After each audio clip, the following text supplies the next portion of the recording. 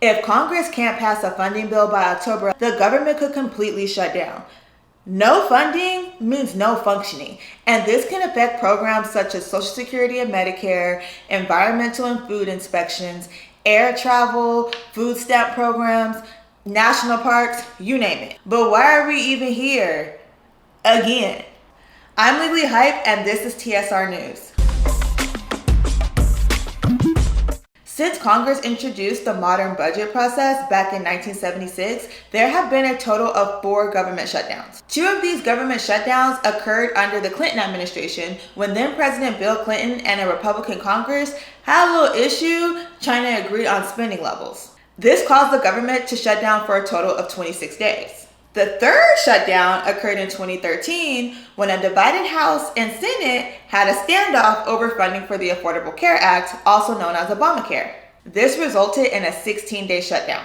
The most recent and longest lasting government shutdown occurred under the Trump administration between December 2018 and January 2019 due to a dispute over the border wall. This government shutdown lasted a total of 35 days.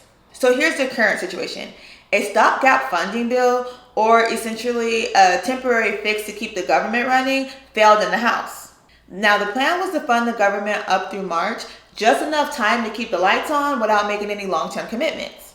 The reasoning? Well, some folks want to keep spending low just in case Donald Trump wins the presidential election this November.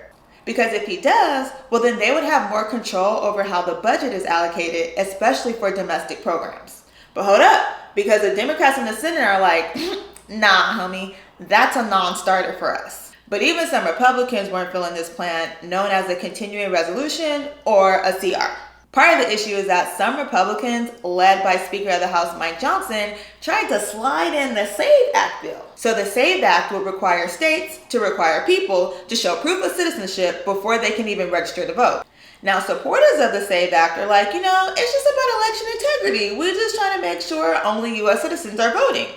But critics of the bill are like, nah, this is a distraction from the real business we're supposed to be handling, which is funding the government. So now the opposition to the SAVE Act bill aren't just saying no to the act. Their whole thing is, why are y'all even playing these games?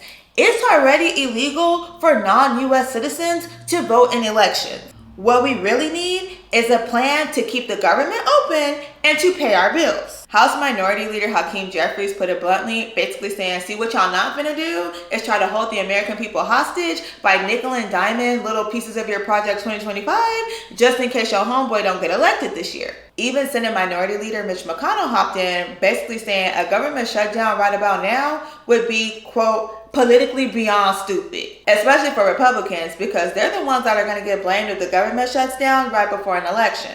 So now what? Well, Congress just got back from yet another break, so hopefully they're well rested and ready to figure this out by the October deadline. Fingers crossed that they come up with a solution that works for everybody.